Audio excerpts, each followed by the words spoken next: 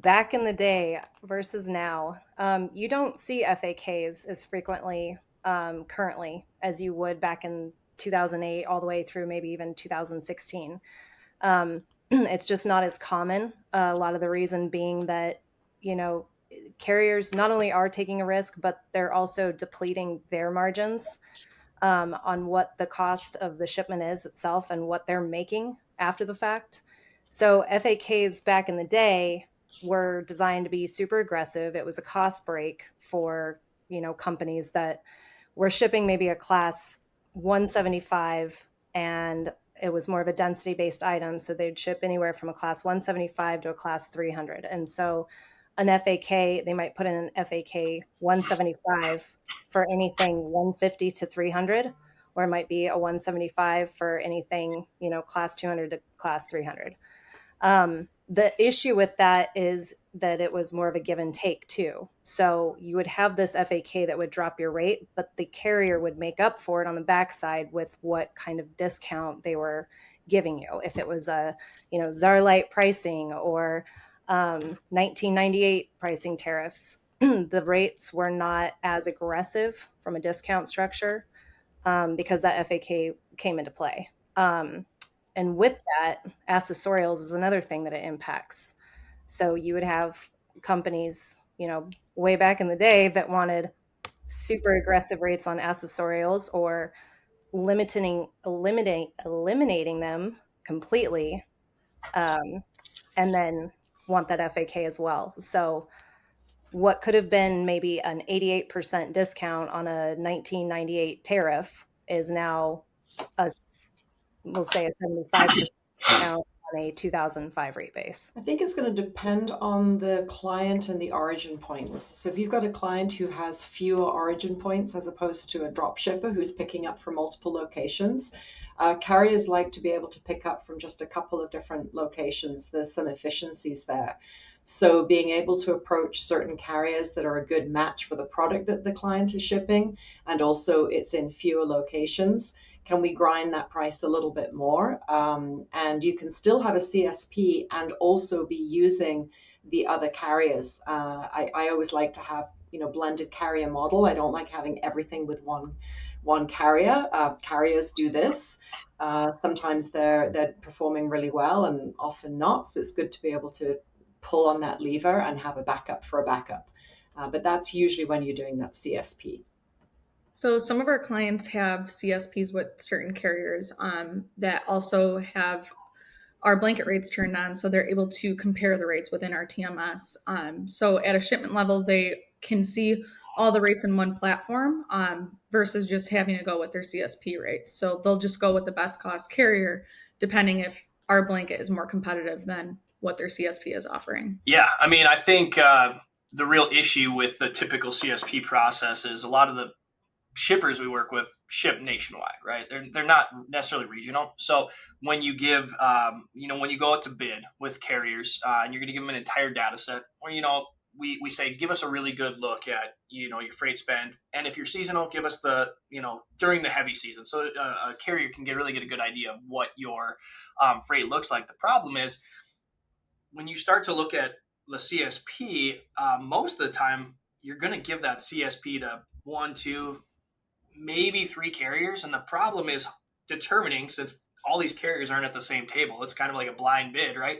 How much freight is each carrier going to get? And when you're talking a nationwide bid, you're also looking at regional carriers, super regionals, and nationwide carriers. And so it's really hard to determine who should get all the freight.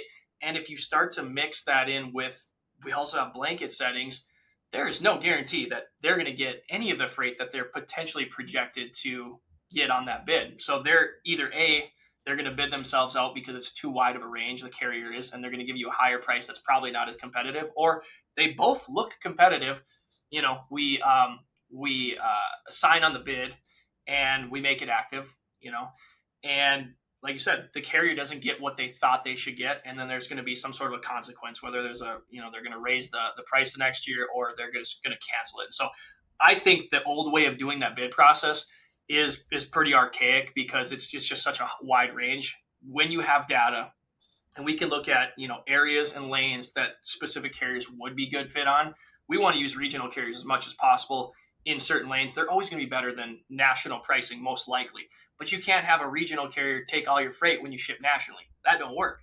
So the better that don't work. The better the data, the more you can parse it out to the right set of carriers to bid it to, but also the more clean um, the data is going to be for that carrier. So if they're just quoting on 10% or 30% of the lanes of the entire the freight data set, there's a very good chance that if they win, they're going to get over 80% of the lanes that they quoted on versus a major data set. And they're like, I could get anywhere from 10 to 80% of these lanes. So the process for CSPs within Rocket Group and Rocket Shipping is a little bit more fine tuned. We use the data to make cleaner cuts on presenting lanes to bid with a certain specific set of carriers, not all of the carriers. Most of the industry, when an RFP process happens for LTL, a lot of times the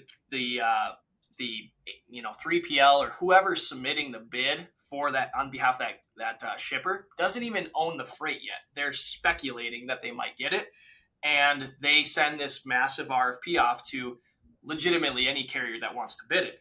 The other problem, we can go down the rabbit hole at some other time with that, is that shipper might have contacted 8 other people that are like, oh yeah, we'll do a bid for you, and they all submit the same bid to these same carriers. And then now when a carrier sees the same bid come in for that shipper multiple times, there's very little chance that you're going to get any sort of good pricing because they know somebody's going to get the business. So at Rocket, when we get their business, that is our original, like our only goal. We want to get that business. We want to service them.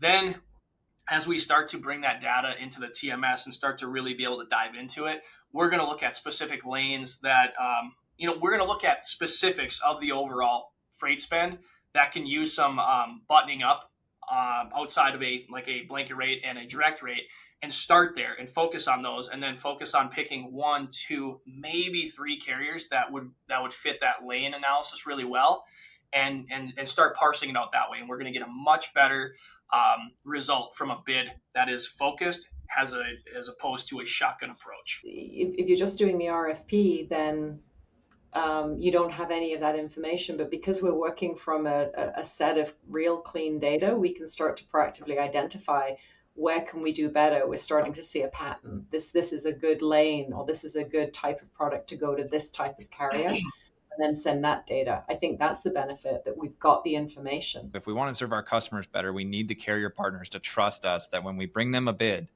that they're going to get the award if they're interested, and that there's actually we're consulting and we're helping our shipper get better pricing rather than being a brokerage that just throws stuff at the wall to see what sticks. When it comes to carrier relationships and CSPs, there obviously has to be a good relationship there, a solid foundation with that carrier. You don't want to burn that bridge. You don't want to destroy that relationship by continuously bidding not only the wrong freight, but the wrong type of customer and volume, because it starts to deplete that relationship with the carrier. So when you're entertaining the idea of, I guess you could say from a consulting stance, it's our job as the customer's consultant and partnership to identify what areas they truly need help in.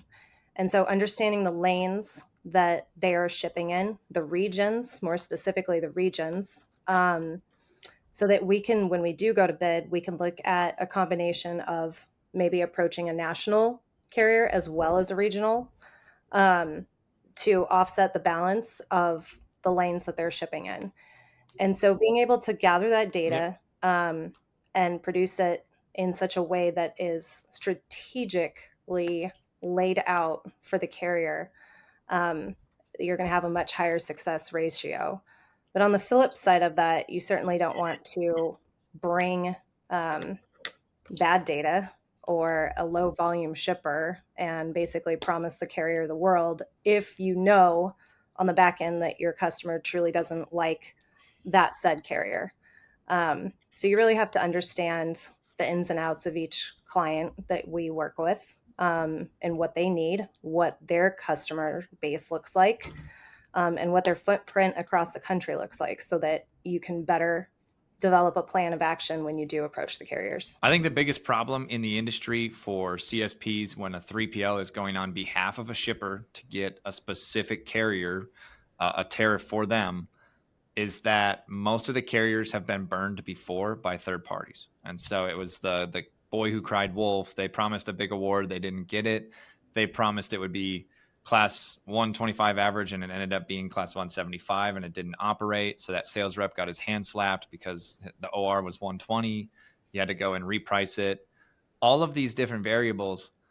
And then the worst part of the process that I'll put on the carrier side is how long it takes for them to submit a proposal and price it and go through 2 rounds. It's impossible to tell, if you're a 3PL and you tell the shipper, "Yep, I'll go get you a CSP," and they're like, "Well, how long will that take? A couple weeks?" You're like, "No, 60 days." Just to get the pricing presentable and with all the carriers. And then, if you want to publish it, some carriers might publish in a week, some might take another 3 weeks. So if you want like better pricing now, good luck. But there are some carriers, and Rocket's had some good success with this in the home delivery side, that are turning over a different process. It's not necessarily all the kit and caboodle of LOA and formal process, and the data has to look a certain way. It's more, hey, we have this opportunity. We run it on our blanket program, but we can tell you with the data we already have on our blanket program that you guys are missing out on the freight by X percentage. Do you want to submit a CSP for this customer? Here's all the data, all the freight classes, all the dimensions, all the cubes for the home delivery stuff. Do you want this business? And they turn it around in a week, and we've turned on CSPs in 12 days from start to finish. And it's such an advantage on that. Because I've seen that, I wonder why the LTL carriers can't do that, especially with API pricing and all the data they have and all the freight tech that exists. And really to just kind of put the irony out there, all of these APIs and freight tech companies exist, but almost all the LTL carriers use czar light base rating and discount structure state to state still. That's ridiculous. Why don't they just say, hey, like almost like a smart contract where carriers could say, hey, we have another customer that does freight in this region that's liftgate and residential in this class. Let's just redo that tariff. We know it operates, and see if that works.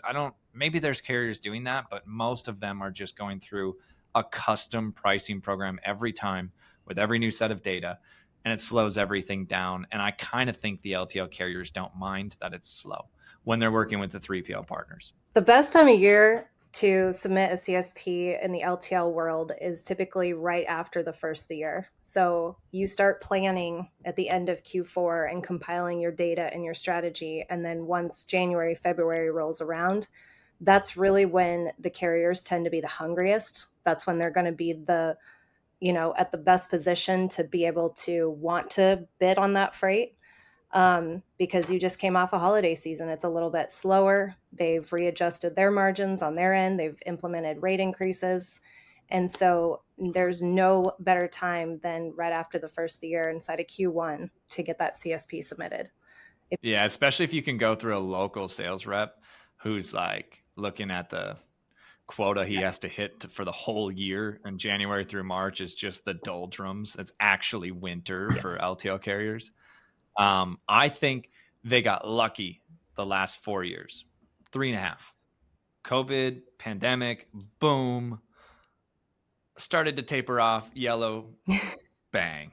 And they're like, we give increases and we don't have to submit very competitive CSPs. And they're just crossing their fingers that this soft market recovers in time for them to hold pricing power. I don't know what will happen with that, but best time of year is winter, the doldrums, January.